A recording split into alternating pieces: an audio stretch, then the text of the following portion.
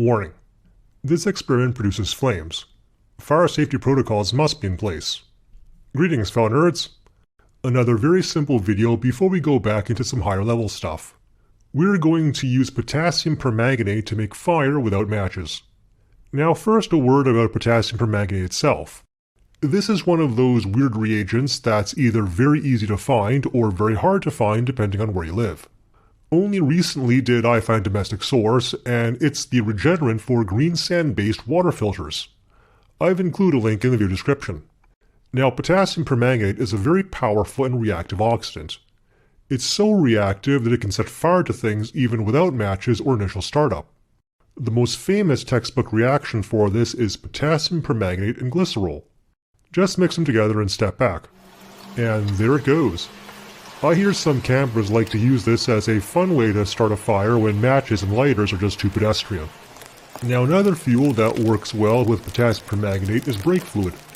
In particular, you need polyethylene glycol-based brake fluid, also known as .3 brake fluid. It might take some time, but eventually it'll work.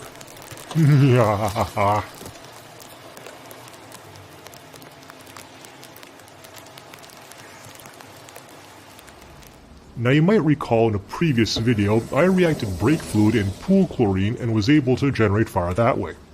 I also tried ethylene glycol or antifreeze, and while it did react, it did not catch fire. But maybe it'll work this time. So let's try potassium permanganate and antifreeze.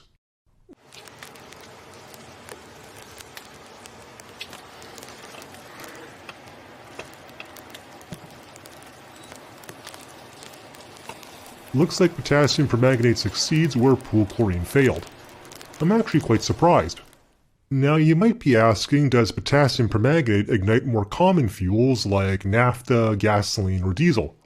Here I am mixing potassium permanganate with gasoline. And as you can see, not much happens. This is because gasoline consists mostly of alkanes. These don't have reactive functional groups that the potassium permanganate can attack.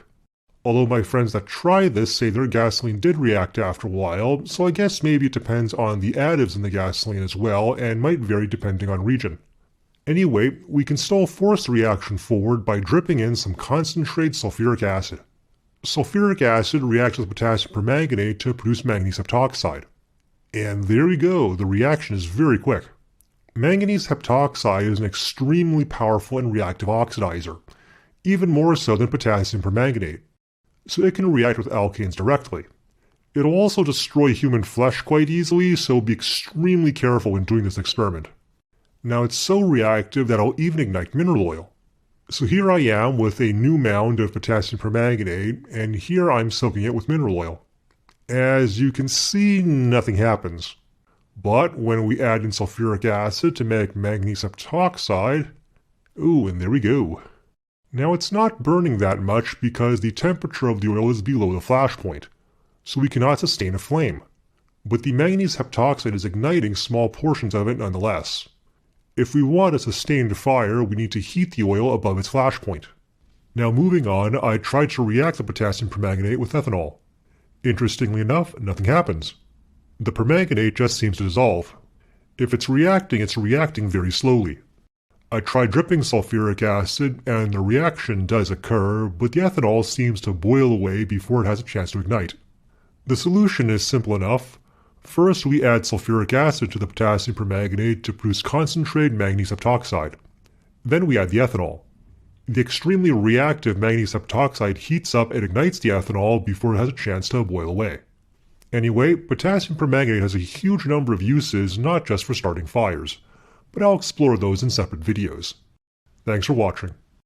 Special thank you to all of my supporters on Patreon for making these science videos possible with their donations and their direction. If you're not currently a patron but would like to support the continued production of science videos like this one, then check out my Patreon page here or in the video description. I really appreciate any and all support.